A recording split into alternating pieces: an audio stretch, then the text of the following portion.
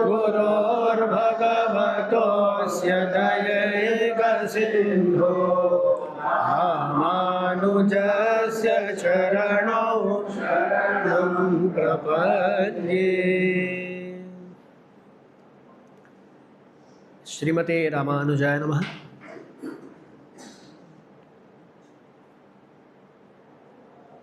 आप सभी को ये ज्ञात होगा कि हमारे श्री वैष्णव देवी देशों में कुछ ना कुछ उत्सव चलता रहता है। भगवान इतने सारे उत्सवों को क्यों मनाते हैं, तो आचार्य जवाब देते हैं, ताकि भगवान अपने भक्तों को एक जगह में देख सके, इसलिए उत्सव मनाते हैं। भगवान कुछ अपने लिए उत्सव मनाते हैं क्या? नहीं, उनको चाहिए भक्तों को एक जगह देखना, इसलिए भगवान उत्सवों को मनाते हैं। अभी अभी यहाँ वैशाखोत्सव होने वाला है, आने वाला है ना, ब्रह्मोत्सव। उस उत्सव में गरुड़ वाहन का दर्शन करने के लिए कई सारे प्रदेशों से लोग इकट्ठा होते हैं। हम सोचते हैं कि अरे ये लोग भगवान को देखने के लिए आए हैं, वैसा नहीं है। इन लोगों को देखने के लिए भगवान गरुड़ वाहन आरूढ़ बनकर आते हैं, क्योंकि भगवान का भक्तों पर इतना प्रेम ज़्यादा है, इतना प्रेम है। और क्यों इन सभी को इकट्ठा करके देखना चाहते हैं? क्योंकि जब भक्त मिलते हैं तब भगवान का गुणगान होता है। जब भक्त मिलते हैं भगवान का गुणगान होता है। पर हम गुणगान करते हैं या नहीं, ये हम पर निर्भर करता है। हम यदि सच्चे भक्त हो तो एक जगह मिलकर हम सभी गुणानुभव करेंगे, नहीं तो जैसा रोज़ होता है, आज सबके साथ मिल रहे होंगे। कुछ लोग हैदराबाद से आए हैं, कुछ लोग इलकल से आए हैं, कुछ लोग इचलकरंजी से, कुछ लोग सोलापुर से, ऐसे इतने लोग कई सारे जगहों से आए हैं। तो वहाँ से आकर यहाँ, अरे पता है हैदराबाद में क्या हुआ, पता है इलकल में क्या हुआ, इसके बारे में बात करने से कोई फ़ायदा नहीं है, प्रयोजन नहीं है। तो यहाँ हम इकट्ठा हुए हैं ताकि भगवान का गुणानुभव करें और थोड़ा सा ज्ञान भी पालें, इसलिए हम सभी यहाँ आए हैं। अच्छा प्रसाद तो घर में भी बनता है, तो प्रसाद लेने के लिए, नहीं तो पिकनिक मनाने के लिए यहाँ आए नहीं। कुछ ज्ञान पाने के लिए, भक्तों के साथ मिलने के लिए, उनसे कुछ सीखने के लिए हम सभी यहाँ आए हैं। इसलिए ऐसे उत्सवों में जो समय हमें मिलता है उसको अच्छी तरह इस्तेमाल करना चाहिए। दास मानता हूँ कि आप सभी लोग ऐसा सही तरह इस्तेमाल किए हैं, इस्तेमाल करेंगे भी। तो इसी वजह से ऐसे प्रवचनों का भी आयोजन किया जाता है ताकि कुछ ना कुछ हम सीख पाए। आज दास के उपन्यासों में अंतिम उपन्यास होगा, ऐसा ही ना? हम पिछले 3 उपन्यासों में श्री रामायण में शरणागतियों के बारे में देखे हैं। उनमें अब तक कितनी शरणागतियों के बारे में देखे हैं? 3 शरणागतियों के बारे में देखे हैं। पहली शरणागति देवताओं की शरणागति, दूसरी शरणागति लक्ष्मण जी की शरणागति, और तीसरी शरणागति भरत जी की शरणागति। बालकांड और अयोध्या कांड समाप्त। उसके बाद तीसरा कांड है क्या? आरण्य कांड। आरण्य कांड बोलते हैं, आरण्य कांड भी बोला जाता है। आरण्य कांड के प्रारंभ में क्या होता है? कल हम कहाँ छोड़े? चित्रकूट में राम थे, भरत जी आकर नंदीग्राम पहुँचते हैं, वहाँ परिपालन शुरू करते हैं। पादुकाओं का पट्टाभिषेक होता है, वे उनके प्रतिनिधि बनकर, भरत जी उनके प्रतिनिधि बनकर राज्य पालन करते हैं। और अरण्य कांड के प्रारंभ में श्री राम चित्रकूट को छोड़कर दंडकारण्य पहुंचते हैं। दंडकारण्य पहुंचते हैं क्यों? क्योंकि अब चित्रकूट में राम जहाँ हैं वो सबको मालूम पड़ गया। अब जब भी लोगों को राम को देखने का मन करेगा, लोग वहाँ आ जाएंगे। और वहाँ के जो मुनि ऋषि इत्यादि है ना, उनका नुकसान होगा। इसलिए राम फैसला लेते हैं, और भी कुछ कारण हैं, राम फैसला लेते हैं हमें चित्रकूट में नहीं रहना है, दंडकारण्य में प्रवेश करना है। तो दंडकारण्य में प्रवेश करते हैं। प्रवेश करते ही दंडकारण्यवासी जो ऋषि हैं वो राम का मंगलाशासन करते हुए आते हैं। तेतम सोममिवोद्यंतम, राम जब अंदर आ रहे थे वो कैसा है? जैसा चंद्रोदय हो रहा हो, जैसा चंद्रोदय हो रहा हो, राम दंडकारण्य में प्रवेश करते हैं। वहाँ के जो भी ऋषि है ना, वो सभी मंगलानि प्रयुञ्जानाः प्रत्यगृह्णन् दृढव्रताः, मंगलाशासन करते हैं। हमारे संप्रदाय में ये एक मुख्यतम विषय है। क्या है? मंगलाशासन। भगवान का दर्शन हम जब लेते हैं, क्या करते हैं? वहाँ क्या करना चाहिए? मंगलाशासन करना है।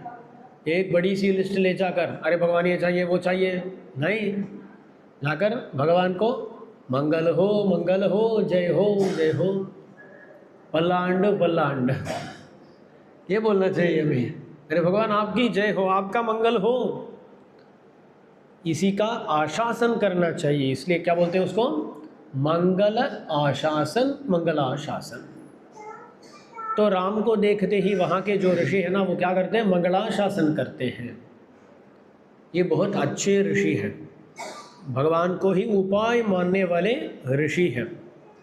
इनका मंगलाशासन पाते हैं राम, और थोड़ा अंदर जाते हैं दंडकारण्य में।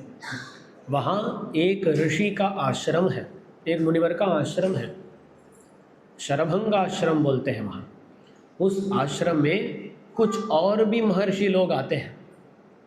पहले जो महर्षि लोग थे ना, वो सिद्ध साधन निष्ठ शरणागत थे, भगवान के अलावा कुछ नहीं चाहते वो। और दूसरा जो वर्ग है ना, महर्षि वर्ग, उनका बहुत दुख हुआ है, उनकी बहुत हिंसा हुई है। वो क्या करते हैं? राम के पास आते हैं और अपने अपने शरीरों को दिखाते हैं। वो बोलते हैं, एहि पश्य शरीराणि, ओ राम देखो हमारे शरीरों को देखो। एक मुनि दिखाते हैं, देखो ना मेरा एक हाथ नहीं है। कोई दिखाते हैं, मेरा पाँव नहीं है। अरे देखो कोई राक्षस आकर मेरे कान को ले लिया, ले गया। ऐसे हमें हिंसा करते हैं ये राक्षस। वो राम आप थोड़ा हमारी रक्षा करो, ये प्रार्थना करते हैं। तब राम वहाँ प्रतिज्ञा करते हैं।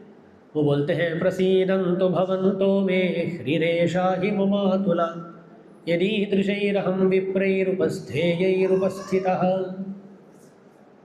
राम तो राजा है ना, राजा है। यद्यपि वो अब वनवास के लिए आए हैं, तथापि वो राजा ही है, इक्ष्वाकु वंश प्रभव है ना। तो क्या होता है, उनको बहुत लज्जा होती है, राम को लज्जा होती है। क्या करते हैं? राम बोलते हैं, अरे आपको मुझे पहले ही आकर बचाना था, नुकसान पहुंचने के पहले ही आना था मुझे, पर मैं तब आया नहीं, ये मेरी ही गलती है। अरे ना कभी कभी कुछ सोचना, हमारे चेन्नई में 2-3 साल पहले बहुत बड़ी बाढ़, फ्लड्स आए थे। आते समय क्या हुआ ना, सभी लोग सरकार को बहुत निंदा करने लगे। वो क्या बोलने लगे? वो बोले, अरे ऐसे फ्लड्स आएंगे, इसके बारे में पहले ही सोचकर आपको पूरी व्यवस्था सही करनी थी, पर आप ऐसा नहीं किए। एक यहाँ गलती है, तो कुछ हुआ तो हादसा हुआ तो उसके लिए पहले ही तैयार रहना है ना, सरकार का काम है वो। सभी लोग सरकार की निंदा करने लगे, अरे आपको तो पहले ही करना था, आप किए नहीं। छोड़ो, अब फ्लड्स आ गए, हम बाधित हैं, तब आकर आप हमारी रक्षा कर सकते थे। तब भी एक एमएलए नहीं आया, एक मिनिस्टर नहीं आया, कोई आया नहीं। छोड़ो, तब भी आए नहीं आप। अरे हादसा हो गया, हमारी हानि भी हो गई, बाद में आकर आप विचार तो कर सकते थे, हमें पूछ सकते थे, अरे आकर क्या हुआ, थोड़ा सांत्वन करना, कुछ उनके लिए रिलीफ देना, ये सब कर सकते थे ना, वो भी किए नहीं। तो पहले ही आना था, आना नहीं, पहले ही व्यवस्था करनी थी, वो किए नहीं। जब हादसा हो रहा था तब आकर रक्षा करनी थी, वो भी किए नहीं। अरे इतना नहीं किए तो बाद में आकर थोड़ा सांत्वन तो कर सकते हैं ना, वो भी किए नहीं। ये कैसी सरकार है, बोलते हैं ना। तो राम ऐसे ही सोच रहे हैं, अरे इनकी रक्षा, इनकी सुरक्षा हमारी जिम्मेदारी है, तो राक्षस इनको हिंसा ना करे, इसके लिए पहले ही हमें प्रयत्न करना था, तब हम कुछ नहीं किए। छोड़ो, जब राक्षस इन पर वार कर रहे थे तब तो आना था, आकर रक्षा कर सकते थे, तभी हम आए नहीं। अरे उसके बाद आकर उनका थोड़ा सांत्वन तो कर सकते थे, पर वो भी किए नहीं। अब वो लोग हमें ढूंढते हुए आ गए, बहुत लज्जा हो रही है, बोलते हैं भगवान। क्या बोलते हैं? बहुत लज्जा हो रही है। जब एक मुक्तात्मा संसार को छोड़कर भगवान के पास जाता है ना, तब भी भगवान की भावना ऐसी ही होती है, अरे इसको तो पहले ही बचाना था, बहुत देरी कर दे हम लोग। ऐसे ही भगवान सोचते हैं, हमारी तरह नहीं है भगवान। हम पूरा गलत काम करके उसके बाद क्या बोले, अरे नहीं मैं जो किया वो सही है, उसके लिए 4-5 कारण भी बताएंगे, अरे इसलिए किए हैं, उसलिए किए हैं, ऐसा बोलते हैं। पर भगवान ऐसे नहीं है, जो अपनी गलती नहीं है उसको भी गलती मानते हैं भगवान। तो ऐसा उनके पास बोलते हैं, अरे बहुत लज्जा हो रही है, मुझे ही आपके पास आना था पर आ नहीं पाया मैं, थोड़ा अनुग्रह करो। ऋषियों से बोलते हैं कौन? राम। तो ये महर्षियों की शरणागति है। महर्षियों का भी 2 वर्ग है, एक वर्ग आकर शरणागति कैंकरी के लिए करता है, दूसरा वर्ग राक्षसों के वध के लिए करता है, दूसरा वर्ग। अब राम वहाँ प्रतिज्ञा करते हैं कि अवश्य ही इन राक्षसों को मैं मार डालूंगा, आप चिंतित मत होइएगा। राम प्रतिज्ञा करते हैं, प्रतिज्ञा करके अंदर प्रवेश करते हैं। क्या करते हैं जी? दंडकारण्य में और भी अंदर जाते हैं। राम हाथ में धनुष पकड़ के जा रहे हैं ना, तो अम्मा जी पास में ही हैं। अम्मा जी, सीता जी राम को बोलती है, अरे राम, आपको ये धनुष नहीं पकड़ना चाहिए, इस धनुष को कहीं पर छोड़कर आ जाइएगा। कौन बोलते हैं? सीता जी बोल रही है। सीता जी वहाँ एक कथा बोलती है, एक कथा है। क्या कथा है? सीता जी बोलती है, अरे एक समय में एक ऋषि तपस्या कर रहे थे। जब भी कोई तपस्या शुरू करता है ना, पहले चिंतित होने वाला व्यक्ति कौन होता है? इंद्र। क्योंकि इंद्र सोचने लगता है, अरे ये तपस्या कर रहा है, अब मेरी पदवी को वो छीन लेगा, तो मैं इंद्र नहीं रह सकता। इसलिए जब भी कोई तपस्या करे तो इंद्र खुद आ जाता है, नहीं तो अप्सरसा को, किसी और को बेचता है। ये इंद्र इस बार बहुत चालाकी से क्या करता है, उस मुनिवर के पास आकर, एक राजा के वेश में आकर, अपना जो खड्ग होता है ना, उस खड्ग को देता है। बोलता है, अरे मुनिवर, मुझे एक काम है, मैं अभी जाकर आऊँगा, तब तक इस खड्ग को अपने पास रखिएगा। इंद्र बोल दिया, ये मुनिवर भी क्या बड़ी बात है, मैं कर लेता हूँ, दे दो बोलकर अपने पास रख लिए खड्ग को, तलवार को। और तपस्या के लिए आंखों को बंद किए। बंद करते ही उनके मन में सोच आई, अरे हम तो उस तलवार को बगल में रखे हैं, यदि कोई आकर उसको छीनकर भाग गया तो क्या होगा। इसलिए क्या किए, अपने बगल में जो तलवार था उसको लेकर अपने गोद में रख लिए। गोद में रखे फिर से आंखों को बंद किए, तपस्या करने लगे। मन में सोच आई, अरे हम तो गोद में रखे हैं, यदि कोई आकर यहाँ से छीन ले तो भी जब तक हम आंख खोल के कौन आया है पता करके उनके पीछे भागकर वो ले आना बहुत मुश्किल हो जाएगा। इसलिए क्या किए, अपने हाथ को उस पर लगाकर ऐसा पकड़कर तपस्या करने लगे।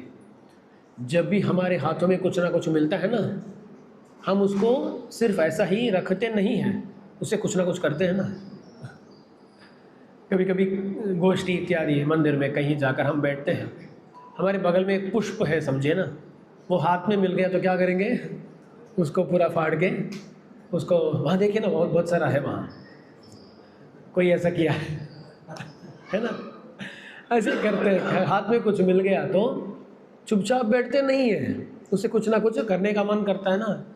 तो इनका भी तलवार पर जब हाथ ऐसा गिरा, पकड़े उनको, उस तलवार को पकड़े, तब उसको ऐसा हिलाए। अरे तो जंगल में बैठे हैं ना, थोड़ा सा हिलाने पर पास में एक लता थी, उसमें उस पर वार कर दिए गलती से, तो वो जो लता है वो टूट गई। देखा, अरे ये तलवार तो बहुत शार्प है यार, कितना शार्प है, जिज्ञासा हुई। पास में एक पौधा था, उस पौधा को वार किए, उस पर वार किए, वो भी, उसको भी काट दिया।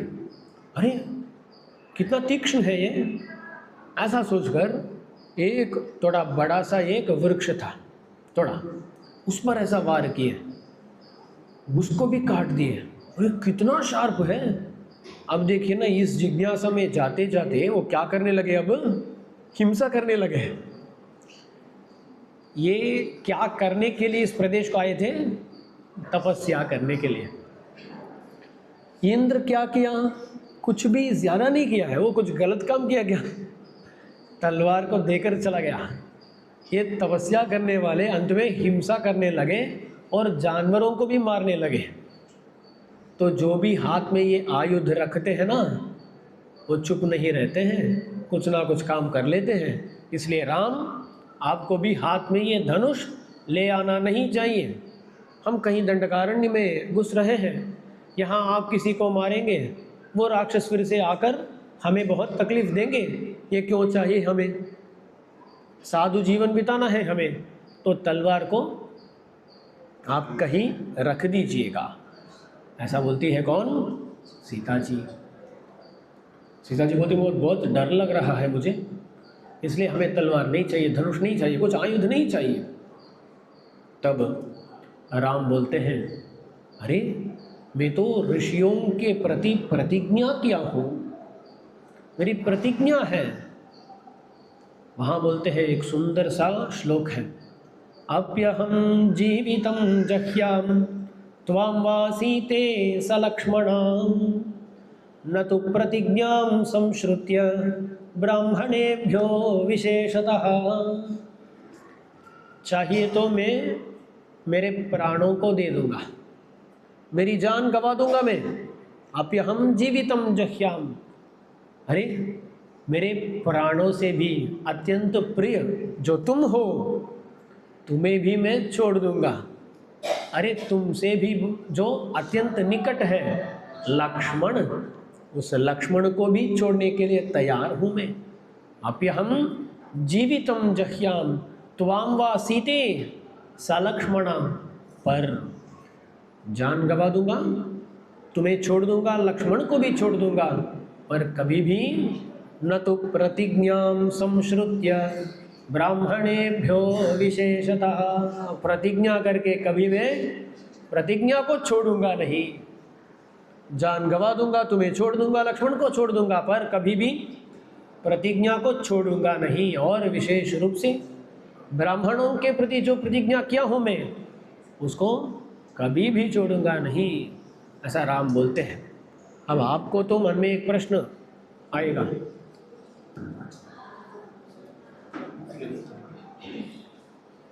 आपके मन में एक प्रश्न आ सकता है, अरे अम्मा जी क्यों ऐसा बोल रही है?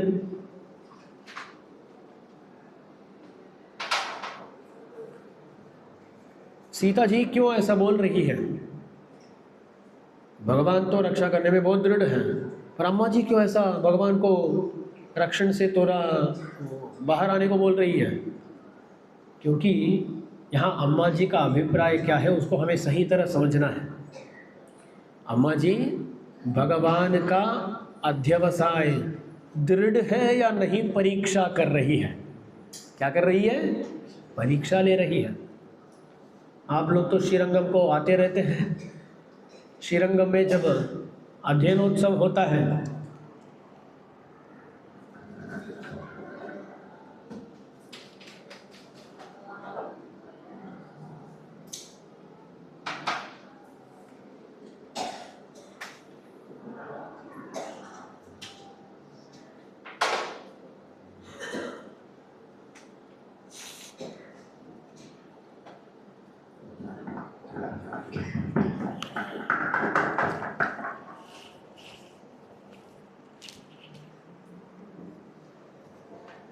श्रीरंग में अध्ययनोत्सव होता है। अध्ययनोत्सव का दर्शन कभी किए हैं कोई? अवश्य करना चाहिए। वहाँ एक सहस्र स्थूणा मंडप है, मालूम है आपको? सहस्र स्तंभ मंडप है। कहाँ? श्रीरंगम में। तिरुमला में था, अब नहीं है। श्रीरंगम में अभी है सहस्र स्तंभ मंडप। उस सहस्र स्तंभ मंडप में 1000 स्तंभ नहीं होते हैं, थोड़ा कम पड़ता है। तो क्या करते हैं, उस स्तंभ के सामने एक मंडप को, जब अध्ययनोत्सव होने वाला है तब वहाँ खड़ा करते हैं एक मंडप को। मंडप को बनाना है तो स्तंभ लगाना पड़ता है ना। तो क्या करते हैं, बड़े बड़े नारियलों के पेड़, ताल वृक्ष, उनको ले आते हैं। उनका जो ये वो होता है ना, उसको ले आकर, उस पेड़ को ले आकर वहाँ मंडप बनाने के लिए ले आते हैं। पहले क्या करते हैं, गड्ढा खोदते हैं, उस पर इस वृक्ष को रखते हैं और उस गड्ढे को थोड़ा उसको क्या बोलते हैं, उसमें मिट्टी डालकर उसको कवर कर देते हैं। कवर करने के बाद क्या करते हैं वो लोग, थोड़ा उसको हिलाते हैं। अरे जो देखने वाला होता है ना, वो क्या सोचेगा, अरे यही अभी गड्ढा खोद कर उसमें पूरा मिट्टी भर के अब यही उसको हिला रहे हैं, उसको गिराने के लिए हिला रहे हैं क्या? नहीं। क्यों हिला रहे हैं? जब हिलाएंगे तब क्या होगा, और भी वहाँ थोड़ा गैप होगा, उसमें और भी मिट्टी डालेंगे। तो हिलाकर हिलाकर उसको और भी मजबूत कर रहे हैं। तो वहाँ हिलाना किस लिए? उसको मजबूत करने के लिए। और अंत में एक बार हिलाएंगे, थोड़ा भी वो हिलेगा नहीं तो हाँ ये अब मजबूत हो गया, छोड़ देंगे। तो वहाँ हिलाना परीक्षा करने के लिए। वैसे ही अम्मा जी भी क्या करती है ना, थोड़ा हिलाकर देखती है, अरे ये बंदा हिलता है क्या? कोई बोल रही है ना, अरे तुम्हारे पास क्यों आयुध चाहिए? धनुष है तो कहीं से जाकर कोई ना कोई युद्ध को ले आएगा, ये हमारे लिए आवश्यक नहीं है। तो हिलाकर देख रही है अम्मा जी।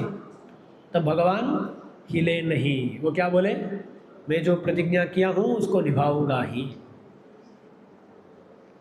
तो हम भी करते रहते हैं ऐसा काम, पता है हो जाएगा, पर एक बार तो वेरीफाई करना पड़ता है ना।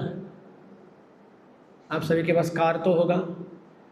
कार को लॉक करने पर आजकल क्या है ना, एक बटन दबाने से कार लॉक हो जाता है। हो जाता है कि नहीं? होने के बाद भी ना एक बार उसको खोल कर देखते हैं सब लोग, अरे लॉक तो कर दिए, आवाज़ भी आ गई, पर उसके बाद भी क्या करते, जाकर एक बार चेक कर रहे हैं। क्यों चेक कर रहे हैं? वेरीफाई करने के लिए। दरवाज़ा बंद हो गया ना, एक बार वेरीफाई करने के लिए। ऐसा ही अम्मा जी को पता है कि भगवान एक बार प्रतिज्ञा ले लिए तो करेंगे ही, पर हम जैसा उस दरवाजे को थोड़ा हिलाकर देखते हैं ना, वैसे ही भगवान को अम्मा जी भी हिलाकर देखती है, ये क्या थोड़ा हटेंगे या वही रहेंगे? तो भगवान नहीं रहते हैं, हिलते नहीं है, वो बोलते हैं न तो प्रतिज्ञां संश्रुत्य ब्राह्मणेभ्यो विशेषतः। ऐसा वहाँ अम्मा जी का जो योगदान है उसको हम समझ सकते हैं। अम्मा जी वेरीफाई करती रहती है, ये काम करेगा ना, काम छोड़ेगा तो नहीं, अम्मा जी वेरीफाई करती ही रहती है। तो ऐसा महर्षियों की शरणागति होती है और भगवान भी राक्षसों का वध करने के लिए तैयार हो जाते हैं। जब दंडकारण्य में थे तभी शूर्पणखा आती है, बोलती है अरे राम आपसे मुझे शादी करनी है। भगवान बोलते हैं अरे मेरी तो शादी हो गई, मेरा भाई जो है लक्ष्मण वो अपने पत्नी को राज्य में ही छोड़कर आया है, उससे चाहिए तो शादी करो। लक्ष्मण बोलते अरे मैं तो दास हूँ, मेरे साथ शादी करके तू भी दासी बनेगी। अरे तू जाओ फिर से मेरे भाई को ही पूछो। तो उसको लगता है अरे क्या फुटबॉल खेल रहे हैं ये लोग, राम लक्ष्मण के पास बेचते हैं और लक्ष्मण फिर से राम के पास बेचते हैं, अरे फुटबॉल खेल रहे हैं क्या। तो शूर्पणखा देखती है ये सीता जो ये यहाँ है इसकी वजह से ही ये सब हो रहा है, इसलिए शूर्पणखा सीता जी को मारने के लिए दौड़कर जाती है। तब लक्ष्मण जी तेजी से आकर उसके कान और नाक दोनों को काट देते हैं। वो रोते हुए जाती है खरदूषण के पास। खर है वहाँ जनस्थान बोला जाता है, वहाँ खर दूषण त्रिशिरस ये सब है। वहाँ जाकर खर अपने भाई को बोलती है अरे देखो तुम्हारी बहन की क्या अवस्था हुई है, कुछ ना कुछ करो। तब वो कर क्या करता है, 14 राक्षसों को बेचता है। राम उनको एक क्षण में मार डालते हैं, मार देते हैं। तब खर दूषण सभी राक्षस, कितने लोग, 14,000 चतुर्दश सहस्राणि राक्षसां भीमकर्मणाम, 14,000 राक्षस आ गए राम से युद्ध करने के लिए। एक तरफ 14,000 राक्षस हैं और दूसरी तरफ एक ही राम। वो क्या करते हैं ना, सीता जी को कहीं गुफा में रहने को बेच दे देते हैं। सीता जी को अरे गुफा में रहो, वहाँ बेचकर लक्ष्मण जी को भी बेचते हैं उनकी सुरक्षा के लिए। हमारे आचार्य बोलते हैं क्यों बेच दिए अम्मा जी को, अम्मा जी को भी पास रखते थे। नहीं, अम्मा जी पास में रहती तो किसी को मारने नहीं देती है, किसी को मारने नहीं देती है। हम इचलकरंज में एक दास एक कथा बताया था ना, आपको याद है या नहीं पता नहीं। एक बंदा, शायद यहाँ भी कई समय बार बार बोलता हूँ दास, एक बंदा एक पुस्तक लिखा है। क्या? एक पुस्तक लिखा है। आप देखे होंगे ना पुस्तकों के प्रारंभ में डेडिकेटेड टू ऐसा लिखा होता है, ये समर्पण, ये हम आचार्य को समर्पण करते हैं, ये हमारे भगवान को समर्पण करते हैं, वे हमारे गुरु को समर्पण करते हैं, ऐसा लिखते हैं ना, ऐसा समर्पण। तो एक बंदा है, वो कुछ पुस्तक लिखा है और उसका जो पहला कॉपी होता है ना, वो अपने पत्नी को देता है। वो पत्नी उस पुस्तक को खोलती है, खोलकर देखती है तो उस पर डेडिकेटेड टू माय वाइफ, समर्पण किसको है? पत्नी को। उसको देखकर पत्नी हैरान हो गई, अरे मेरा पति ऐसा मुझे समर्पण किया है, ये कैसा हुआ?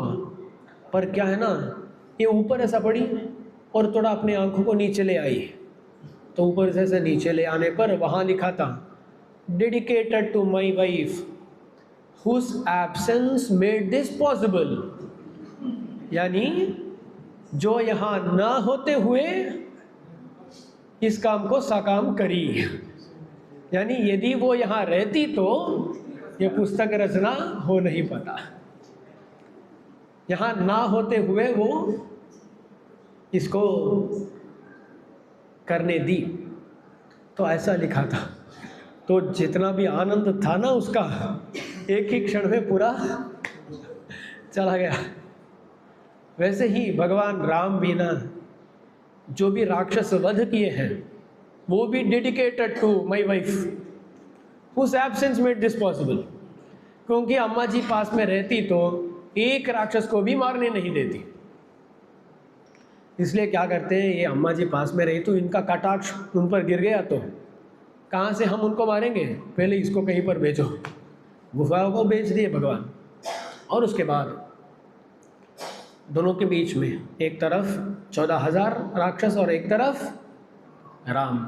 ये एकाकी है, अकेले हैं, पर बहुत आसानी से उन सभी को मार डालते हैं भगवान श्री राम।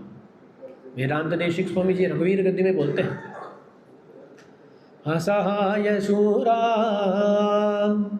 अनपाय साहसा, असहाय शूरा। असहाय शूर है भगवान, उनको किसी की अपेक्षा नहीं है, किसी की सहायता चाहिए नहीं, असहाय शूर है। हमें जब मोक्ष देते हैं भगवान, तब भी भगवान को किसी की अपेक्षा नहीं होती है। हम कुछ करें या ना करें, इससे वहाँ कुछ नहीं होता है। भगवान अपनी कृपा से कुछ भी कर सकते हैं। तो वहाँ 14,000 राक्षसों का भी वध हो जाता है, महर्षियों की शरणागति सफल हो जाती है। वहाँ के जो भी राक्षस हैं सभी को मार डालते हैं। तब क्या होता है ना, उन 14,000 राक्षसों में एक राक्षस है, उसका नाम क्या है, अकम्पन। क्या नाम है, अकम्पन। अकम्पन माने क्या, जो कांपता नहीं है, जो कांपता नहीं, अकम्पन है। नाम देखिए ना, बहुत अच्छा नाम है। जो कभी कांपता नहीं है, डरता नहीं है, वो क्या किया मालूम है, वो एक महिला की तरह वेश धारण करके वहाँ से निकल गया। नाम क्या है, अकम्पन। काम क्या है, स्त्री वेश धारण करके निकलना। अच्छा नाम है उसको। तो अकम्पन निकलता है, सीधा रावण के पास जाकर बोलता है, अरे ऐसा जनस्थान नष्ट हो गया, खरदूषणादियों का वध हो गया, रावण तू जल्दी जाओ, सीता अपहरण करो, राम को मार डालो, कुछ ना कुछ करो। तब रावण बहुत गुस्से में आकर मारीच के पास जाता है। तब कहाँ जाता है, मारीच। मारीच के बारे में कल देखे थे। मारीच जब राम के साथ युद्ध करता है, तब क्या होता है, उसको भगवान समुद्र में धकेल देते हैं। तब से वो मारीच ना तापस वेश धारण करके कहीं पर तपस्या कर रहा होता है। मारीच क्या कर रहा है, तपस्या कर रहा है जी। क्योंकि एक बार राम बाण का वार को जो देखता है, वो सभी गलतियों को छोड़कर तपस्वी बन जाता है। तो वो भी मारीच तपस्वी बनकर एक आश्रम बनाकर वहाँ तपस्या कर रहा है। तब रावण मारीच की सहायता मांगते हुए वहाँ जाता है। तब मारीच बोलता है, अरे राम के साथ युद्ध क्यों करना है तुम्हें, अरे वो आप सभी को नष्ट कर देगा, मेरी बात सुनो, तो यहाँ से चले जाओ। मैं एक बार राम को देखा और अब तक देखता आ रहा हूँ, क्योंकि जहाँ जहाँ भी मैं देखता हूँ राम ही दिखते हैं मुझे। इतना भयभीत हो गया मारीच। सिर्फ भगवान के भक्त ही नहीं, भगवान के शत्रु भी भगवान के स्मरण में ही समय बिताते हैं।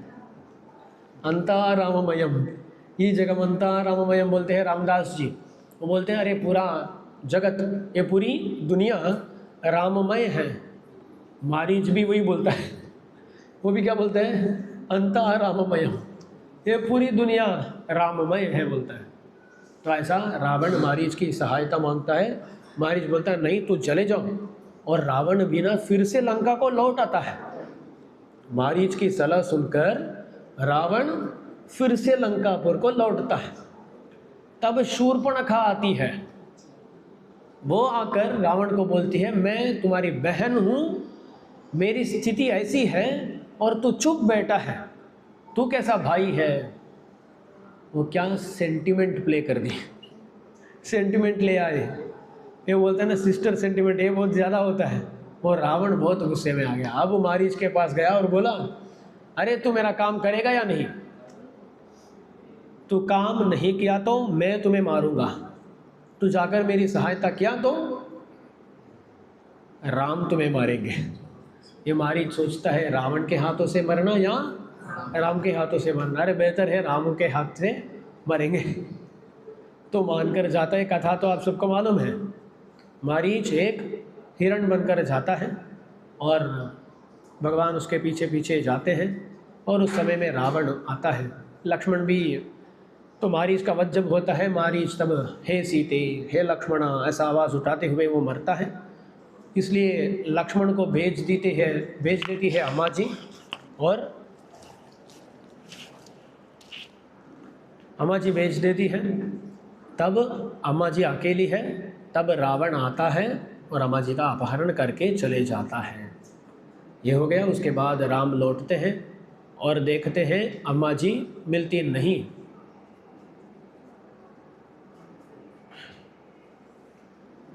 अम्मा जी मिलती नहीं, दिख नहीं रही। भगवान बहुत दुखित होकर ढूंढते हुए आते हैं। जटायु मोक्ष होता है, ये सब होता है, और आरण्य कांड की समाप्ति। अगला कांड क्या है? किष्किंधा कांड। किष्किंधा कांड के प्रारंभ में पंपा सरोवर है। अरे इलकल के पास है ना पंपा सरोवर, हम पे ये सब उस पास ही है, 1 घंटा दूर। इलकल से दास भी गया था एक बार। वहाँ पंपा सरोवर है ना, वहीं पर राम लक्ष्मण दोनों पंपा सरोवर के किनारे में जाते समय हनुमान जी मिलने के लिए आते हैं। हनुमान जी मिलने के लिए आते हैं, तब लक्ष्मण जी बोलते हैं, ये जो राम है, लोकनाथः पुरा भूत्वा सुग्रीवं नाथमिच्छति। ये लोकनाथ है, जगन्नाथ है, पर जगन्नाथ के लिए अब क्या चाहिए? वो सुग्रीव को नाथ मानकर, सुग्रीव को स्वामी मानकर आए हैं राम। तो वहाँ लक्ष्मण बोलते हैं सुग्रीवम शरणं गतः। राम क्या करते हैं? सुग्रीव जी को शरणागति करते हैं। ये रामायण में आने वाला श्लोक है, सुग्रीवम शरणं गतः। शरणागति माने क्या? अरे मुझे कुछ चाहिए, मैं अकेला उसको पा नहीं सकता, आप ही मुझे दिला दीजिए, ऐसी प्रार्थना को ही तो शरणागति कहते हैं। तो राम सीता को ढूंढने के लिए, पाने के लिए सुग्रीव को शरण मानकर आते हैं, वो सुग्रीव शरणागति है। तो सुग्रीव के प्रति भगवान श्री राम शरणागति करते हैं, और अपने राज्य को पाने के लिए, अपनी पत्नी को पाने के लिए सुग्रीव राम के प्रति शरणागति करते हैं। तो सुग्रीव शरणागति बोले तो इसको राम सुग्रीव के प्रति जो शरणागति किए हैं उसको भी ले सकते हैं, सुग्रीव जो राम के प्रति किए हैं उसको भी ले सकते हैं। स्पष्ट रूप से तो रामायण में सुग्रीवम शरणं गतः, सुग्रीव को शरण माने भगवान श्री राम, ऐसा ही बताया गया है। तो वहाँ ये भी उनकी सहायता चाहते, वो भी इनकी सहायता चाहते, इसलिए परस्पर शरणागति हम मान सकते हैं। तो किष्किंधा कांड में आने वाली शरणागति क्या है? सुग्रीव शरणागति। उस शरणागति को, सुग्रीव जो शरणागति किए हैं उसका फल है वालीवध। वालीवध करके उसको वानर राज्य भी दे देते हैं भगवान श्री राम। और उसके बाद अगला कांड क्या है? सुंदर कांड। बारिश का मौसम आता है, बारिश के मौसम के समाप्त होते ही थोड़ा गुस्सा करते हैं भगवान श्री राम। सुग्रीव अपना काम शुरू करता है, सभी वानरों को बुलाता है, और अपने वानरों में कुछ लोगों को उत्तर दिशा में, कुछ लोगों को पश्चिम दिशा में, कुछ लोगों को पूर्व दिशा में, और क्योंकि उसको पता है कि दक्षिण दिशा में सीता जी की होने की संभावना ज़्यादा है, क्योंकि सीता जी पहले ही रावण जब उनको ले जा रहा था तब इस पर्वत में, ऋषिमुख पर्वत में, इन वानरों को, सुग्रीव इत्यादि वानरों को देखकर उनके प्रति अपने आभरणों को भी देती है, वहाँ नीचे गिराती है अम्मा जी। तो दक्षिण के ओर रावण ले जा रहा है, इसलिए उनको मन में अभिप्राय यह है कि दक्षिण दिशा में ही शायद अम्मा जी होगी, इसलिए हनुमान इत्यादि लोगों को दक्षिण दिशा को भेजते हैं।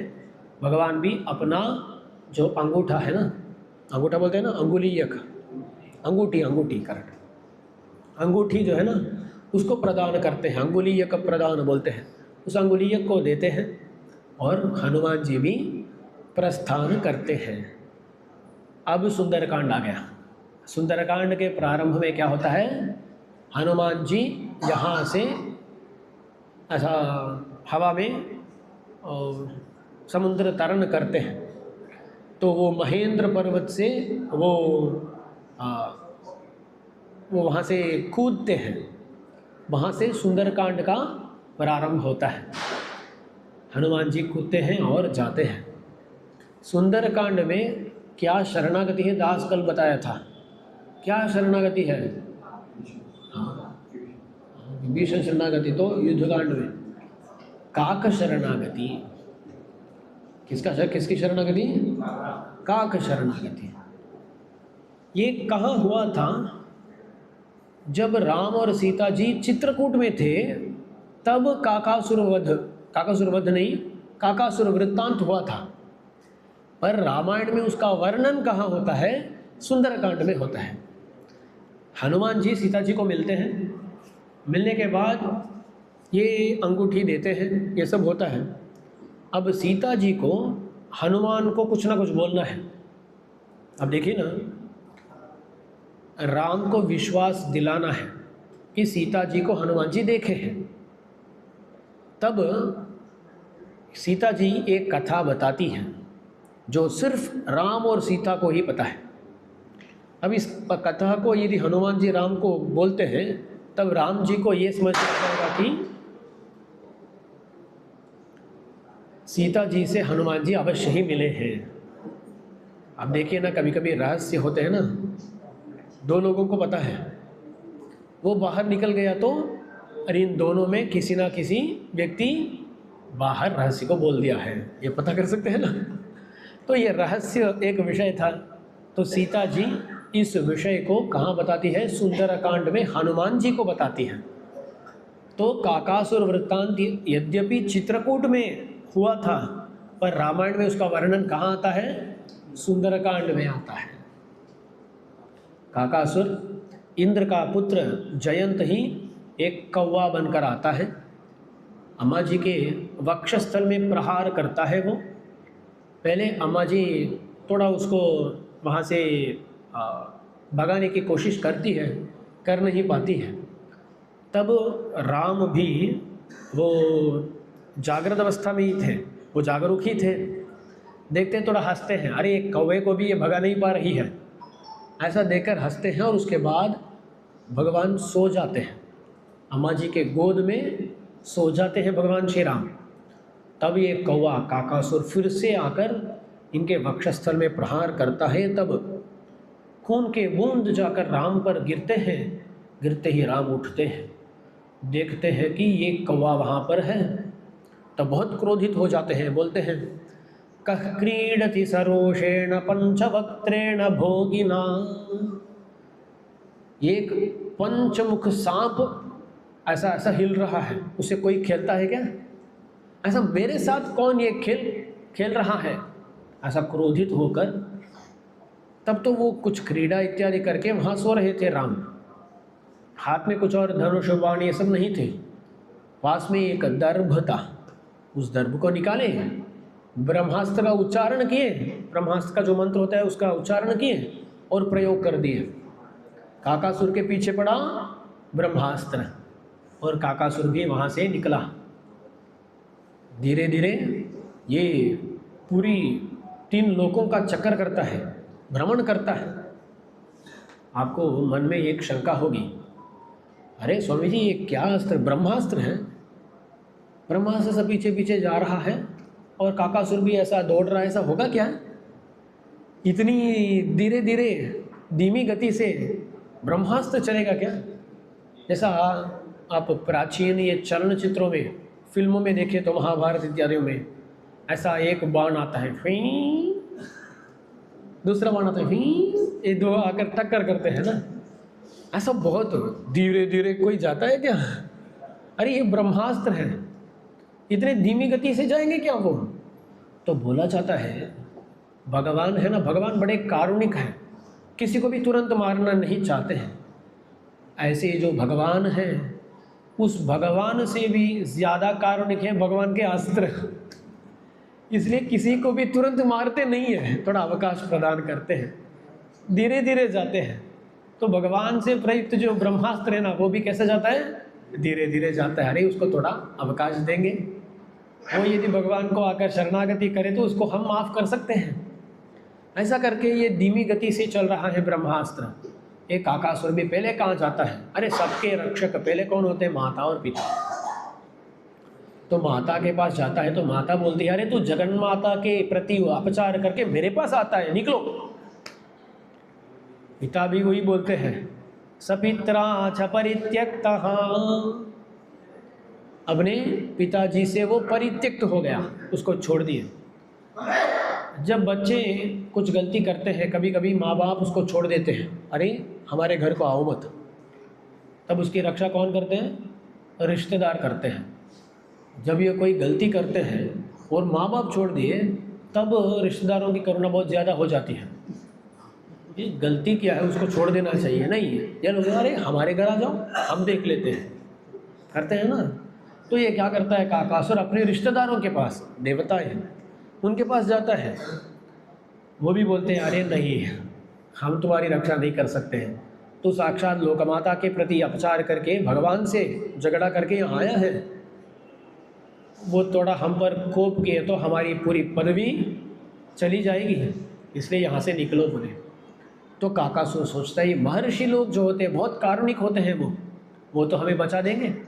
ऐसा सोचकर काकासुर महर्षियों के पास जाता है। वो बोलते हैं, अरे कारुण्य सब पर दिखाना नहीं चाहिए, तुम पर ये कारुण्य दिखाना ये हमारे लिए बड़ा अपचार होगा, हम तुम्हें जगह नहीं देंगे। सपित्रा च परित्यक्तः सुरैश्च समहर्षिभिः त्रीन् लोकान् संपरिक्रम्य, तीनों लोकों में बहुत परिक्रमण करता है, बहुत परिक्रमा करके बार बार जाकर, और कहीं पर भी उसको कोई रक्षक मिलता नहीं है, तो अंत में क्या करता है, आकर राम के पादों के पास ही गिर जाता है। गिरते समय कैसा गिरना चाहिए, भगवान के पादारविंदों के प्रति हमारा सर होना चाहिए, ये उल्टा गिरता है। कैसे गिरता है, उल्टा। भगवान के पादारविंदों के प्रति इसके पैर हैं, ऐसा गिरता है। तब अम्मा जी पास में है, वो क्या करती है, इस काकासुर को थोड़ा ऐसा मोड़ती है, हिलाती है, और उसका सर भगवान के पादारविंदों के प्रति हो, ऐसा कौन करते हैं, अम्मा जी सीता जी करती है। यह विषय पद्म पुराण में बताया गया है। तच्छिरः पादयोस्तस्य योजयामास जानकी, तच्छिरः पादयोस्तस्य योजयामास जानकी, पद्म पुराण में कहा गया है। तो देखिए ना, अपने प्रति जो अपचार किया है काकासुर, उसको भी अम्मा जी ही बचाती है। रावण और काकासुर, इन दोनों में कौन बड़ा अपचार किया, एक चर्चा कर सकते हैं हम। रावण तो ऐसा, देखिए ना, ये जाकर वक्षस्थलों में प्रहार किया है, ऐसा तो नहीं किया था ना। रावण अपहरण करके गया, उसका कोई श्राप है वो सब अलग बात है, पर ऐसा अम्मा जी के प्रति वो बर्ताव नहीं किया। तो हम विचार कर सकते हैं, चर्चा कर सकते हैं, काकासुर का अपचार बड़ा है या रावण का अपचार बड़ा है ना, कर सकते हैं। पर रावण मर गया, काकासुर बच गया, क्यों, वहाँ अम्मा जी नहीं थी, यहाँ अम्मा जी पास में थी, इसलिए ये श्री संप्रदाय है। अम्मा जी जब पास में रहती है तो किसी को मारने नहीं देती। तो ऐसा काकासुर आता है तो अंत में भगवान उसको माफ़ कर देते हैं। पर ब्रह्मास्त्र का प्रयोग तो हो गया ना, उसका कुछ ना कुछ फल होना चाहिए, इसलिए उसके एक आंख को नष्ट करा देते हैं भगवान। ऐसा बोला जाता है काकासुर की शरणागति। यहाँ शरणागति क्या है, कुछ नहीं, वो आकर शरण कुछ बोला क्या, तब तक वो अपने आप को बचाने की कोशिश में था, अंत में आकर गिर गया। तो अपने आप को रक्षा करने का जो प्रयत्न होता है, उस प्रयत्न को छोड़ना ही शरणागति है। भगवत प्रवृत्ति विरोधी स्वप्रवृत्ति निवृत्ति ही शरणागति ही बोलते हैं। भगवान हमारी रक्षा करने के लिए तैयार हैं, पर क्यों अब तक ये नहीं, क्योंकि हम बोल रहे थे हम देख लेंगे। जब हम हमारी देखभाल करना छोड़ते हैं तुरंत ही भगवान अपना काम शुरू कर देते हैं। तो हमको अपने आप को बचाना नहीं चाहिए, वो भगवान देखेंगे, वो भगवान की जिम्मेदारी है। तो जब हम अपने आप को बचाना छोड़ते हैं वही शरणागति है। काकासुर के वृत्तांत से वो हमें पता चलता है। ये तो बहुत बड़े बड़े विषय हैं, इनके बारे में कई साल हम विषय जान सकते हैं, तो इतने बड़े बड़े विषय हैं। तो ये काकासुर की शरणागति है। ये कहाँ होता है? सुंदरकांड में। और इसके बाद हनुमान जी सीता जी का संदेश लेकर भगवान के पास जाते हैं, बोलते हैं दृष्टा सीता, सीता जी को देखिए। और वानर सेना के साथ भगवान श्री राम समुंदर का किनारा, भारत देश का जो किनारा है वहाँ तक पहुँच जाते हैं। और उसके बाद युद्धकांड शुरू। युद्धकांड शुरू। भगवान अब कहाँ हैं? भारत देश के किनारे में। समझे ना, आजकल आज जो ये सेतु है, रामेश्वर ऐसा नाम है आज, वहाँ तक आ गए भगवान श्री राम। हाँ, तिरुपुलानी लोगों को समझाने के लिए ऐसा बोले। तो वहाँ तक भगवान विराजमान हो गए। अब लंका में एक मीटिंग चल रही है। कहाँ? लंका में मीटिंग। रावण अपने मुख्यमंत्री इत्यादियों से मीटिंग कर रहा है। अरे हम पर युद्ध करने के लिए राम बड़ी वानर सेना के साथ समुद्र के किनारे तक आ गया, हमें क्या करना है? रावण पूछता है। तब वहाँ कुंभकर्ण बोलता है, अरे आज ये जो मीटिंग तू किया है, सीता अपहरण के पहले इस काम को करना था तुम्हें। अरे मैं जाकर सीता का अपहरण करने वाला हूँ, ये सही है या गलत है? तुम्हें उस समय में मीटिंग करना था, तब छोड़ दिया, तब किसी की सलाह तो लिया नहीं। अब सब होने के बाद अब युद्ध के लिए वो तैयार होकर आ गए, इस समय में तू मीटिंग करा रहा है? कुंभकर्ण बोलता है, पहले ऐसा निंदा करके बाद में बोलता है, अरे तू गलती कर दिया पर मैं संभाल लेता हूँ। अपने बल पर उतना विश्वास है कुंभकर्ण का, तो बोलता मैं संभाल लेता हूँ, तू फिक्र मत करो। वहाँ ऐसा मीटिंग होता है, एक दो बार मिलते हैं विभीषण, वो हर एक बार बोलते हैं, अरे भगवान को सौंप दो, प्रदीयताम दाशरथाय मैथिली, दाशरथी भगवान श्री राम को मैथिली को दे देना। विभीषण बहुत बार बोलता है, रावण सुनने के लिए तैयार नहीं।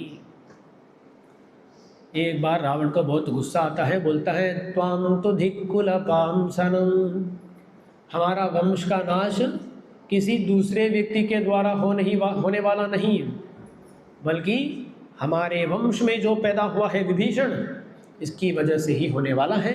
तू हमारे कुल को नाशन करने के लिए ही पैदा हुआ है, कुलपामसन है तू, ऐसा डांटता है। तब विभीषण जी बहुत दुखित हो जाते हैं और उनको लगता है कि यही सही समय है। उस समय वहाँ से वो ऐसा ऊपर उठते हैं, हवा में तैरते हुए बोलते हैं, अरे स्वस्ति, अरे तुझे अच्छी तरह मंगल हो, तो अच्छी तरह जियो, ऐसा बोलकर वहाँ से निकल जाते हैं। वहाँ उस स्वस्ति का तात्पर्य क्या है आपको ही समझना पड़ेगा। अच्छी तरह जियो, उसका तात्पर्य क्या होता है? तो ऐसा बोलकर विभीषण वहाँ से निकलता है। निकलते समय विभीषण के अनुचर 4 राक्षस थे। कितने लोग थे? 4 राक्षस। उन 4 राक्षसों के साथ विभीषण आते हैं। अब देखिए, समुद्र के किनारे में भगवान श्री राम कहीं पर थोड़ा अंदर गुफा के अंदर या कहीं पर विराजमान हैं। बाहर उनकी सुरक्षा के लिए सुग्रीव इत्यादि वानर वहाँ खड़े हैं। वो देखते हैं कि दूर से कोई आ रहा है। कौन आ रहा है? विभीषण अपने 4 राक्षसों के साथ आ रहा है। देखकर, अरे ये तो रावण का भाई विभीषण है, कोई राक्षस है, और हाथ में एक गदा लेकर आ रहा है। क्या करना है? सुग्रीव बोलते, अरे सभी लोग तैयार रहो, अपने अपने पोजीशंस में तैयार रहो, अपने अपने आयुधों को हाथ में ले लो। वानरों का क्या आयुध होता है? एक वानर जाकर एक बड़ा पत्थर उठाया, दूसरा जाकर एक पेड़ को उखाड़ दिया। ऐसा सभी लोग, उनका ये पत्थर पेड़ यही तो आयुध है ना। तो उन सबको हाथ में लेकर तैयार है। विभीषण जी पास में आते हैं, पास में आते ही वो कैसे आते हैं? अंजलि मुद्रा के साथ आते हैं। उन पर कैसा वार कर सकते हैं, प्रहार कर सकते हैं? कोई प्रहार नहीं करता है। तब विभीषण जी बोलते हैं, निवेदयतमां क्षिप्रम विभीषणमुपस्थितं सर्वलोकशरण्याय राघवाय महात्मने।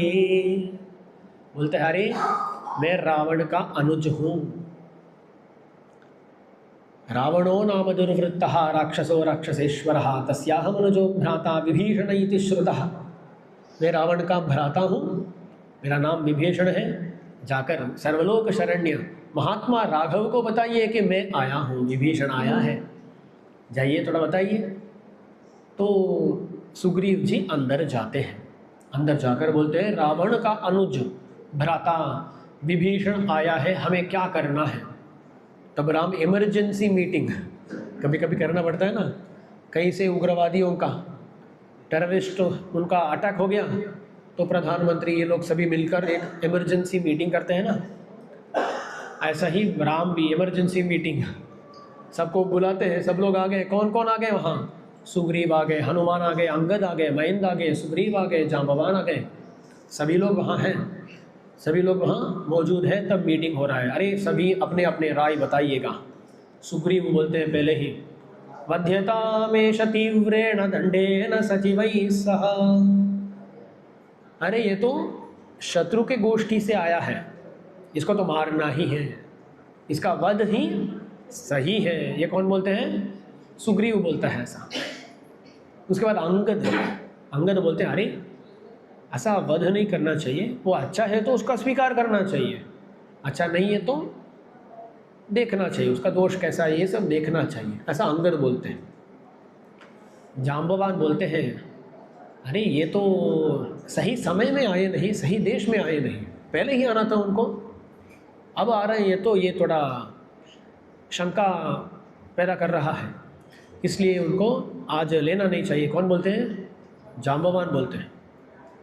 एक वानर है शरभ बोलते हैं, एक गूढ़ाचारी को भेजो। चार बोलते हैं ना, स्पाई बोलते हैं ना, एक स्पाई को भेजो और उनका भाव क्या है उसको जानना चाहिए, ऐसा बोलते हैं। कौन? शरभ बोलते हैं।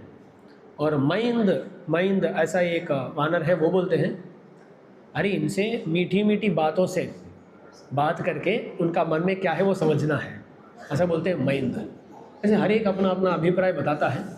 अंत में हनुमान जी बात करते हैं। हनुमान जी बोलते हैं, ये जो भी लोग बताए हैं ना, ये सब सही नहीं है। इन सब का खंडन करते हैं हनुमान जी। हनुमान जी बोलते हैं, ये पहले जो सुग्रीव का खंडन नहीं करते हैं, क्योंकि राजा है ना, सुग्रीव तो राजा है, इसलिए सुग्रीव का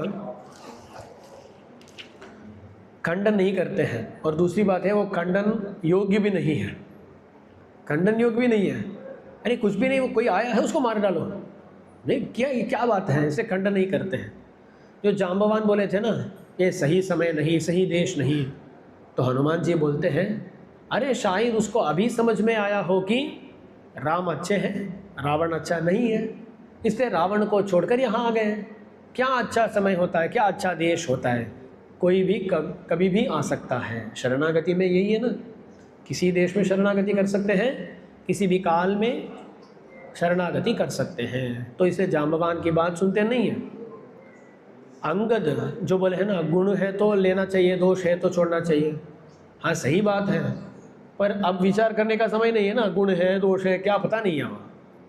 और वो जो बोले स्पई बेचो चार प्रतिविधि यताम, शरभ जी बोले थे ना, अरे ये हमारे पास में आ गया, कहाँ से अब स्पई बेचेंगे हम? वो लंका में कोई है तो वहाँ जाकर स्पई बेच सकते हैं। क्या बोलते हैं स्पई को? दूत, जासूस, हाँ, गुप्तचर। जासूस तो डिटेक्टिव होता है, जासूस डिटेक्टिव। गुप्तचर उसको ही चारहा बोलते हैं संस्कृत में। वो सब कहाँ, हमारे घर में कोई घुस गया उसके प्रति कौन गुप्तचर को बेच सकते हैं? तो इसलिए वो भी होगा नहीं। और मीठी मीठी बातों से बात करके उसका अभिप्राय जानना, ऐसा कोई बोले थे ना मैंद, तो बोलते हैं अरे ये आ गया है। अब उसको पता चला कि हम परीक्षा कर रहे हैं तो उसका भाव बदल सकता है। इसे परीक्षा करने का समय नहीं है। हनुमान जी अपना सिद्धांत बोलते हैं, विभीषण तो मुझे मालूम है बहुत अच्छा है, इसलिए विभीषण को स्वीकार करना है। सुग्रीव क्या बोला, ये बुरा आदमी है, रावण का अनुज है, इसलिए इसको स्वीकारना नहीं चाहिए। हनुमान जी क्या बोले, ये अच्छा है इसलिए इसको स्वीकारना है। अंत में राम वही तो निर्णय लेने वाले हैं ना।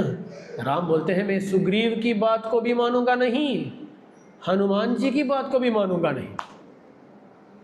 अरे सुग्रीव की बात को माने नहीं तो भी ये समझ में आता है, हनुमान जी जो बोले वो सही है ना, उसको क्यों मानते नहीं। तो राम बोलते हैं अरे ये क्या, अच्छा आदमी है तो स्वीकारना है, बुरा आदमी है तो स्वीकारना नहीं चाहिए। ऐसा नहीं है, अच्छा हो या बुरा हो, शरणागत है तो स्वीकारना ही पड़ेगा। मित्र भावेन संप्राप्तम न त्यजेयं कथंचन, दोषो यद्यपि तस्य स्यात् सतामेतदगर्हितम्। अरे जो मित्र भाव से जो भी आता है उसको स्वीकारना ही पड़ेगा। वो दोषो यद्यपि तस्य स्यात्, वो दुष्ट हो तो भी स्वीकारना है। ये राम का सिद्धांत है। तो अच्छा हो तो स्वीकारेंगे, बुरा हो तो छोड़ेंगे, ये नहीं राम का सिद्धांत, बल्कि अच्छा हो या बुरा हो, शरणागत है तो हम स्वीकारेंगे। राम अपना सिद्धांत बताते हैं, राम अपना सिद्धांत बताते हैं। सुग्रीव मानते नहीं है। सुग्रीव बोलते हैं अरे वो अंदर आकर आपको कुछ नुकसान पहुंचा दिया तो क्या करें। भगवान श्री राम बोलते हैं अरे तो क्या सोच रहे हैं सुग्रीव, कोई आकर मुझे नुकसान पहुंचा सकता है क्या। पिशाचान दानवान यक्षान पृथिव्यांश्चैव राक्षसान् अंगुल्यग्रेण तान् हन्याम इच्छन् हरिगणेश्वरा। भगवान श्री राम बोलते हैं पिशाच दानव यक्ष राक्षस भूमि में जो भी हैं वो सभी एक ही समय में मेरे व्यतिरेक बनकर आए तो व्यतिरेक होकर आए तो भी इन सभी को मैं, मेरा एक हाथ की अपेक्षा नहीं है, एक हाथ की अपेक्षा नहीं है, 4 उंगलियां नहीं चाहिए मुझे, एक उंगली भी नहीं, एक उंगली के अग्रभाग से मैं सभी को मार डाल सकता हूँ। अंगुल्यग्रेण तान् हन्याम।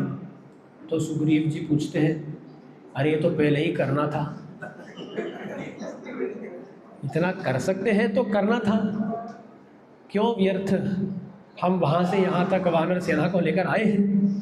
तो तब राम बोलते हैं इच्छन, मैं यदि संकल्प लूँगा तो ये सब करूँगा, मैं अब तक ऐसा चाहा नहीं इसलिए किया नहीं, यदि चाहूँ तो कर सकता हूँ। लोग सोचते हैं अरे राम तो भगवान है, राम भगवान है तो क्यों वानरों की अपेक्षा थी उनकी, वानरों की सहायता क्यों चाहिए थी उनको। तो हमें ये समझना है कि भगवान वानरों की सहायता से युद्ध कभी जीते नहीं। भगवान वानरों को सेवा करने का एक मौका दिए, उतना ही। हम भगवान की सेवा करते हैं, रोज मंदिरों में करते हैं, हमारे घरों में करते हैं।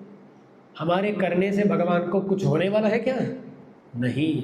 पर भगवान यहाँ मंदिरों में विराजमान है, हमारे घर में विराजमान है तो क्यों है, ताकि हमें सेवा करने का अवकाश मिले। ऐसा ही वानरों को अवकाश देने के लिए भगवान उनको ले गए थे। तो ऐसा बोलते हैं और सुग्रीव मान लेते हैं।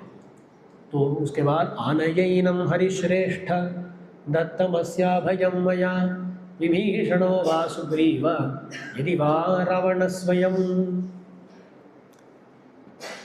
अंत में बोलते हैं अरे जाओ सुग्रीव, तू जाकर उनको ले आओ।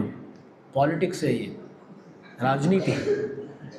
जो सुग्रीव पहले इनकार किया था, जिस सुग्रीव ने विभीषण को ले आने में सहमति नहीं दिया, जिस सुग्रीव ने सहमति नहीं दी, उसी सुग्रीव को भेजते हैं राम, अरे जाओ उनको ले आओ।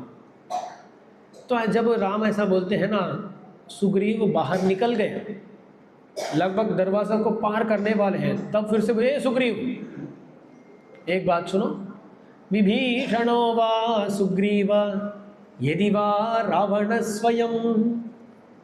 ये सुग्रीव बात सुनो, अरे वहाँ जाने के बाद यदि वो विभीषण नहीं रावण ही है तो फिर से दौड़ते हुए यहाँ मत आओ, फिर से ये एक मीटिंग करने का समय नहीं है।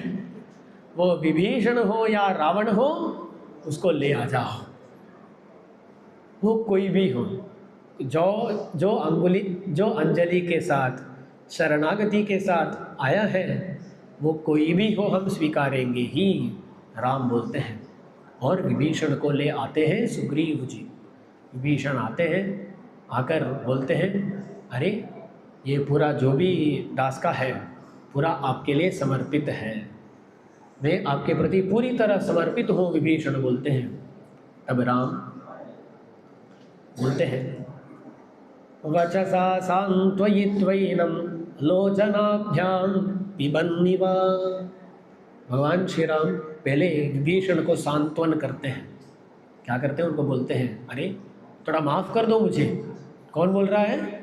राम बोल रहे हैं। बोलते क्या बोलते हैं? थोड़ा माफ़ कर दो मुझे, बहुत देरी हो गई, विलम्ब हो गया यहाँ। क्योंकि विभीषण की स्थिति जो है ना, उसके बारे में हमें सोचना चाहिए। लंका में अपना जो भी है उस सबको छोड़कर आ गए विभीषण। यहाँ भगवान स्वीकारे नहीं तो बीच में अटक जाएंगे ना, लंका को भी लौट नहीं सकते, यहाँ भी उनका स्वीकार नहीं हुआ, तो ऐसी स्थिति में उनको कुछ समय बिताना पड़ा। तो राम बोलते हैं अरे थोड़ी देरी हो गई, माफ़ कर दो। और ऐसा विभीषण को देखते रहते हैं, लोचनाभ्याम पिबन्निव, अपने आंखों से विभीषण को पी रहे हैं। कोई बच्चा बहुत साल पहले कहीं गुम गया है, बहुत साल बाद मिलता है तो माँ बाप कैसे देखेंगे उसको? देखते ही रहेंगे ना, अरे अभी मिला है, अरे मेरा बच्चा है, उसको पूरी तरह देखते रहेंगे। वैसा भगवान विभीषण को देखते रहते हैं। ऐसा विभीषण शरणागति होती है, विभीषण को स्वीकारते हैं भगवान। ये युद्धकांड में शरणागति है, युद्धकांड में शरणागति है। तो हम हर एक कांड में एक शरणागति, कहीं कहीं दो दो शरणागतियों के बारे में भी देखे हैं। इनके अलावा भी कई सारे शरणागतियाँ हैं रामायण में, छोटे छोटे शरणागतियाँ हैं, शरणागति के बारे में भी विषय है। पर हम विभीषण शरणागति के साथ हमारे प्रवचन को समाप्त करेंगे। एक ही बात है, उसको बताकर दास विराम लूँगा। अब देखिए विभीषण तक आ गए हम। ऐसे ही विभीषण के बारे में ही रामानुज स्वामी जी की गोष्ठी में चर्चा हो रही थी। रामानुज स्वामी जी की गोष्ठी में चर्चा, विभीषण शरणागति घट, अभय प्रदान घट बोलते हैं इसको। इसके बारे में जब बात हो रही थी तब रामानुज स्वामी जी के शिष्यों में धनुर्दास जी, सबको मालूम है ना, धनुर्दास जी कालक्षेप से निकले, ऐसा चलने लगे। रामानुज स्वामी जी पूछे अरे धनुर्दास जी कहाँ जा रहे हो, रुको। धनुर्दास जी बोलते हैं स्वामी जी आप अभी अभी विभीषण शरणागति के बारे में बात कर रहे थे। अरे विभीषण जो इतना बड़ा महान है, उसको स्वीकार करने के लिए राम की गोष्ठी में इतनी बड़ी चर्चा हुई, बाद में विभीषण को अंगीकार किए। दास ऐसा सोच रहा हूँ, अब भगवान की गोष्ठी में यदि दास के बारे में चर्चा हुई तो दास फेल हो जाऊंगा। विभीषण तो पास हो गए हैं, उनका अंगीकार हो गया। यदि हमारे बारे में चर्चा होती है, परीक्षा लेते हैं, तो हम तो फेल हो जाएंगे। तो बेहतर है हम परीक्षा ही नहीं दें। कुछ लोगों को मालूम होता है कि परीक्षा लिखने के बाद वो परीक्षा तो फेल हो जाएंगे परीक्षा में, तो उससे बेहतर है परीक्षा ना लिखना। विभीषण जी इतने महान थे, उनको ही इतनी बड़ी कठिन परीक्षा हुई और किसी तरह अंत में वो पास होकर अंदर चले गए। तो हम तो राम की गोष्ठी में कभी घुस नहीं सकते, इसलिए क्यों परीक्षा दे, हमें अभी चल रहा हूँ बोले। तब रामानुज स्वामी जी बोलते हैं अरे कौन तुझे विभीषण बनने को बोला? तुम्हें विभीषण नहीं बनना है, बल्कि क्या बनना है? हम जब लंका से विभीषण प्रस्थान कर रहे थे तब देख रहे थे ना, वहाँ क्या बोले, विभीषण के साथ कितने लोग आए थे? 4 राक्षस आए थे। विभीषण के साथ 4 राक्षस आए थे। विभीषण जी को अंगीकार करने के लिए बड़ी चर्चा हुई थी, पर विभीषण के साथ जो 4 राक्षस आए थे ना, उनको अंगीकार करने के लिए कोई चर्चा हुई थी क्या? चर्चा ही नहीं हुई। जब विभीषण राम गोष्ठी में जुड़े, उनके पीछे पीछे ये 4 राक्षस भी जुड़ गए। तो दास हमारे उपन्यास में अक्सर कहता हूँ, विभीषण मत बनो, विभीषण मत बनो। विभीषण के साथ जो 4 राक्षस आए थे ना, उन राक्षसों में एक बन जाओ। विभीषण और उन राक्षसों के बीच में क्या फर्क है? विभीषण शरणागत था, वो जो राक्षस थे ना, वो आचार्याभिमान निष्ठ थे, भागवत निष्ठ थे। तो विभीषण सीधा भगवान को पकड़े, इसलिए बड़ी चर्चा हुई। उसके बाद उनका अंगीकार भी हुआ। पर जो उनके साथ 4 राक्षस आए थे, वो तो भगवान के प्रति सीधा गए नहीं ना, विभीषण के पीछे पीछे से जा रहे हैं। तो विभीषण का जब प्रवेश होता है, उनके पीछे पीछे ये चले गए। कोई अरे इन 4 राक्षसों के बारे में कोई चर्चा हुई क्या? कुछ नहीं। ऐसा ही हमें भी विभीषण नहीं बनना है, बल्कि विभीषण के अनुचर की तरह बनना है। तो रामानुज स्वामी जी धनुर्दास जी को बोलते हैं, इसी बात को समझाते हैं। बोलते हैं हमें मोक्ष मिलेगा क्या? रामानुज स्वामी जी धनुर्दास जी को बोल रहे हैं, देखकर बोल रहे हैं, अरे स्वामी जी आपको तो मोक्ष निश्चित है। रामानुज स्वामी जी ने क्यों? क्योंकि महापूर्ण स्वामी जी का संबंध है। तो रामानुज स्वामी जी बोलते हैं, महापूर्ण स्वामी जी के संबंध से हमें मोक्ष निश्चित है। महापूर्ण स्वामी जी को मोक्ष मिलेगा क्या? यामुनाचार्य स्वामी जी के संबंध से। यामुनाचार्य स्वामी जी को मिलेगा क्या? नाथमुनि स्वामी जी के संबंध से। नाथमुनि स्वामी जी को मिलेगा क्या? षडगोप स्वामी जी के संबंध से। षडगोप स्वामी जी को तो मोक्ष मिला है, वो खुद लिखे हैं, अवावत विडुबेत्ता। उनको क्यों मिला? अम्मा जी के संबंध या विश्वक्सेन जी के संबंध से। तो इस संबंध से हमें मोक्ष मिलने वाला है, हमें देखकर भगवान मोक्ष नहीं देने वाले हैं। इसलिए आप फिक्र मत करो धनुर्दास जी, आप जाओ। तो विभीषण बने तो चिंता होगी, विभीषण के अनुचर बने तो चिंता नहीं। हमारे संप्रदाय में विभीषण के स्थान में रामानुज स्वामी जी हैं। रामानुज स्वामी जी शरणागत है, शरणागति गद्य में शरणागति किए हैं, पर हम शरणागत नहीं हैं। हम रामानुज स्वामी जी के अभिमान पात्र भूत हैं। जब विभीषण गोष्ठी में घुसे, उनके पीछे पीछे 4 राक्षस घुस गए। वैसे ही रामानुज स्वामी जी जब मोक्ष भूमि में जा रहे हैं, उनके पीछे पीछे हम भी जा पाएंगे। उतना ही है। हम अपने बल से यदि जाने की कोशिश करें तो सफल नहीं होगा वो प्रयत्न, पर यदि रामानुज स्वामी जी के अभिमान को पाकर जाने की कोशिश करें तो अवश्य ही हम जा पाएंगे। इसलिए हमारे संप्रदाय में शरणागति चाहिए ही, पर उससे मुख्यतम क्या होता है? रामानुज स्वामी जी का संबंध, रामानुज स्वामी जी का अभिमान। शरणागति करने वालों की जो निष्ठा होती है ना, वही निष्ठा हमें भी होनी चाहिए, पर वो निष्ठा आचार्य के प्रति, रामानुज स्वामी जी के प्रति वो निष्ठा हमें होनी चाहिए। निष्ठा में कुछ कमी हो तो भी वो उसको सुधार के ले जाएंगे। जैसा मंदिर में कांचीपुरम है, ये तो श्रीरंगम में आते हैं कभी कभी, वहाँ बहुत सारा भीड़ होती है तो अंदर हम जा नहीं पाते, नहीं तो बहुत विलम्ब होगा। तब किसी अर्चक स्वामी जी को पकड़ लिए तो अर्चक स्वामी जहाँ वहाँ जाते समय वहाँ के जो सिक्योरिटी गार्ड होते हैं ना, वहाँ वो तो अर्चक स्वामी जी के लिए दरवाज़ा खोल देंगे। पीछे पीछे हमें भी जाना है। वो अर्चक स्वामी उस द्वारपालक को दिखाएंगे, वो मेरा ही बंदा है, वो उसको छोड़ दो। वहाँ हमें कुछ नहीं बात करना चाहिए, हमें चुप रहना चाहिए। वो बोलेंगे, हमें पीछे पीछे घुसना है, उतना ही। वहाँ कुछ हम बात किए तो क्या हो जाएगा? रोक देंगे।